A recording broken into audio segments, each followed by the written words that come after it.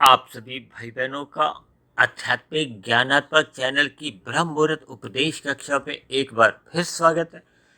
आज की चर्चा का विषय है प्रकृति की पैनी नजर। देखिए, पैनी नजर का अभिप्राय होता है कि कहीं भी सुई की नोक के बराबर भी, यह दूसरे साधारण शब्दों में आप यूं भी समझ सकते हो कि मनुष्य योनि पाकर हम सभी भाई बहनों के छोटे से छोटे कर्म भी, भले ही वो देखिए वो पुण्य कर्म है चाहे वो पाप कर्म है, जैसे भी वो हम कर्म प्रतिशत करते रहते हैं, वो परमात्मा की नजरों में कहो, प्रकृति की अदालत में कहो, या प्रकृति की पैनी नजरों से हम बच नहीं सकते। वर्तमान समय कलयुग चल रहा है। कलयुग का अभिप्राय है कि जहाँ तामसी प्रवृत्ति के लोगों की संख्या अधिक मानी जाती है, जिसका अभिप्राय है कि आपके हमारे कारण शरीर में अशुभ संस्कारों का प्रधानता होती है। अशुभ संस्कारों का अभिप्राय देखिए तामसी और राजसी संस्कारों से माना जाता है। जब जब मनुष्य के जीवन में सत्वगुण की न्यूनता होती है, सत्संग का अभाव बना रहता है, परमात्मा की सम्मुखता बनी नहीं रहती, तब तब ऐसी स्थिति में आपके हमारे कारण शरीर में कहो शुभ संस्कार बन नहीं पाते। और अक्सर एक साधारण मनुष्य के जीवन में जब जब बुरे संस्कार अधिक बने होते हैं, तब ऐसी स्थिति में उसका स्वभाव बिगड़ जाता है। बिगड़े हुए स्वभाव के अनुसार ही आपके हमारी दिनचर्या में पाप कर्म अधिक होने लगते हैं। देखिए, अक्सर एक साधारण मनुष्य इस सच्चाई को स्वीकार नहीं करता, क्योंकि वो शास्त्रों का अध्ययन नहीं करता, परमात्मा की सम्मुखता नहीं बनाता, ब्रह्म मुहूर्त में उठने का अपना संस्कार नहीं जगाता। तब ऐसी स्थितियों में मनुष्य अपने आधे अधूरे ज्ञान के अनुसार, क्योंकि रजोगुण धुंधली स्थिति मानी गई है, सतोगुण ज्ञान में स्थिति होती है। जब जब मनुष्य रजोगुण की स्थिति में विषय भोगों में ही लिप्त बना रहता है, उसका जो ज्ञान है वो धुंधला होता है। धुंध में मनुष्य को देखिए एक दूरी का एक दृश्य नजर नहीं आता। अक्सर हम जब गाड़ी चलाते हैं, धुंध के दिनों में देखिए अधिक दूरी का तो हमें नजर नहीं आता।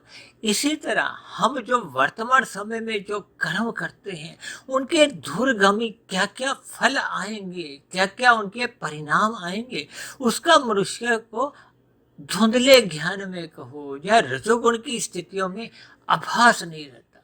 जबकि तमोगुण की स्थिति में तो पूर्ण रूप से ही अज्ञानता बनी रहती है। अज्ञानता की स्थिति में मनुष्य कितने अधिक पाप कर्म कर जाता है, मनुष्य को इसका बोध नहीं रहता।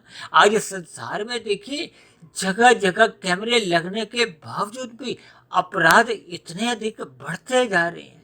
देखिए, पिछले कुछ दिन पूर्व मैंने समाचार में पढ़ा कि किसी बैंक के एटीएम को लूटते समय वहां का जो कैमरा का एक संसाधन लगे हुए थे, उनको ही साथ में उखाड़ दिया, उनको ही एक नष्ट भ्रष्ट कर दिया। देखिए, हम सभी भाई बहन अपने मिले हुए जीवन में प्रकृति की व्यवस्था को अस्त व्यस्त कर सकते हैं, भले ही उसका आपका हमारा पाप कर्मों का कर्माशय तेजी से बढ़ता है, लेकिन परमात्मा की या प्रकृति की जो एक पैनी नजर आपके हमारे कर्मों पे बनी रहती है।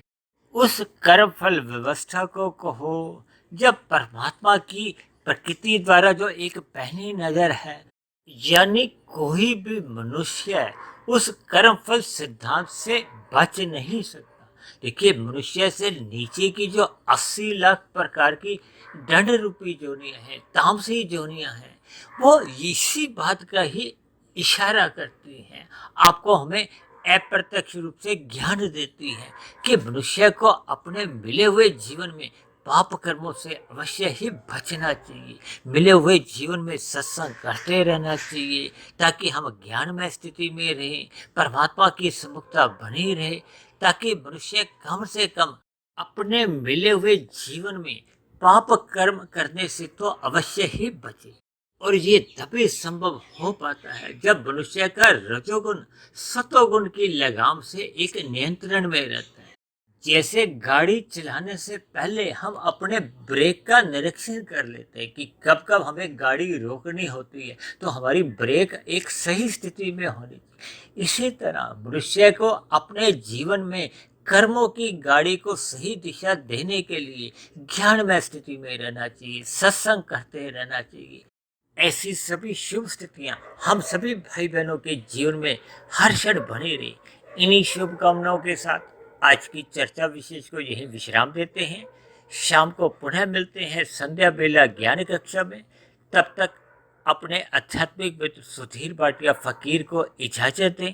आप सभी भाई बहनों का बहुत बहुत धन्यवाद।